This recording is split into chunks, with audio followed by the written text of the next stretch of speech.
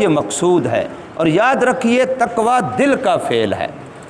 حضور صلی اللہ علیہ وسلم کی حدیث پاک آتی ہے، بعض جمعے اور عیدین کے خطبوں میں پڑھی جاتی ہے کہ حضور نے فرمایا التقوی ہا ہونا، التقوی ہا ہونا، التقوی ہا ہونا۔ آپ نے اشارہ بھی فرمایا اپنے ہاتھ مبارک سے، اور کہا بھی، فرمایا بھی زبان سے بھی کہ تقوی یہاں ہوتا ہے، تقوی یہاں ہوتا ہے، تقوی یہاں ہوتا ہے۔ تقوی دل کا فعل ہے، اس لیے کسی پر ہم یہ نہیں کہہ سکتے کہ فلاں متقی ہے، فلاں متقی نہیں ہے۔ کیا پتہ کس کے دل کا حال کیا ہے، دلوں کے حال تو اللہ ہی جانتا ہے۔ ہاں البتہ ظاہری طور پر جو بندہ اللہ کی نافرمانی سے، شریعت کی مخالفت سے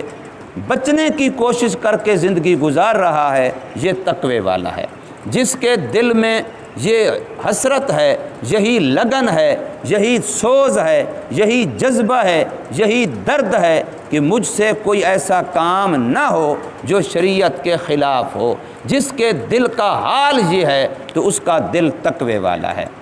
عملی طور پر کوتاہی کا ہونا نہ ہونا یہ الگ چیز ہے، لیکن جس وقت بندے کے اندر کا احساس مٹ جاتا ہے کہ میں نے غلطی کی ہے کہ نہیں کی ہے، میں نے سنت چھوڑی ہے کہ نہیں چھوڑی ہے، میں نے کوئی گناہ کا کام کیا ہے کہ نہیں کیا ہے، جب احساس اندر کا مٹ جاتا ہے تو پھر دل تقوی سے مکمل محروم ہو جاتا ہے۔ پھر سمجھو اس بندے بیچارے کا حال بہت پتلا ہو گیا ہے کہ احساس ہی مٹ گیا۔ لیکن احساس اگر زندہ ہے بندے کا اور عملی کمزوری پائی جاتی ہے تو آج نہیں تو کل یہ بندہ ضرور سدھر جائے گا۔ اس لیے جو عام طور پر کہا جاتا ہے کہ بدعتی کو اللہ توبہ کی توفیق نہیں دیتا، اس کی وجہ یہ ہے کہ بدعتی کبھی بھی بدعت کرتے ہوئے یہ نہیں سمجھتا کہ میں غلطی کر رہا ہوں، بلکہ وہ تو سمجھتا ہے مجھے اس پر ثواب ملے گا،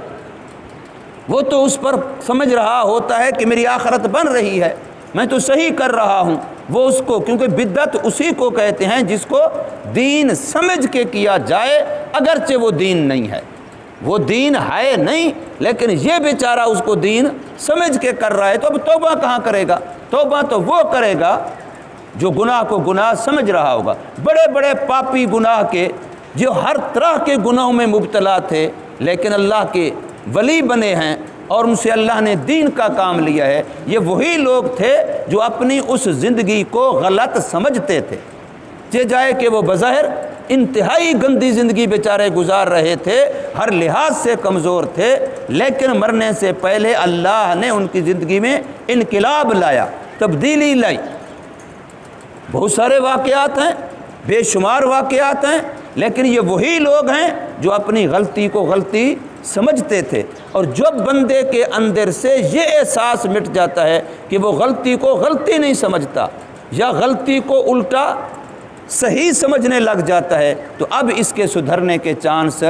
کم ہو جاتے ہیں، ختم ہو جاتے ہیں۔ اس لیے بندے کو ہمیشہ حق کا طالب رہنا چاہیے اور اپنی زندگی کے کسی بھی عمل پر خود فیصلہ کر کے مطمئن نہیں ہونا چاہیے، بلکہ اپنے اعمال کو قرآن و حدیث کے ماہرین کے سامنے، اپنے نظریات کو قرآن و حدیث کے ماہرین کے سامنے پیش کرنا چاہیے۔ اگر وہ تصدیق و تصویب فرما دیں تو بہت اچھی بات ہے، خوش ہونا چاہیے، اور اگر وہ غلطی بتائیں تو فوراً اپنی غلطی ماننی چاہیے، اس کو آئیں بائیں شائیں کر کے تعویلیں کر کے اپنے نفس کو مطمئن نہیں کرنا چاہیے۔ من اتبع عالما لقی اللہ سالما، جب دنیا میں ہم علماء کی اتباع کریں گے قیامت میں ہماری جان چھوٹی ہوگی۔ اب وہ جانے اس کا کام جانے، ہم نے عالم کو من حیث العالم دیانتاً، اس لیے نہیں کہ چونکہ یہ میری موافقت کرتا ہے چنانچہ میں اس سے فتویٰ پوچھوں گا،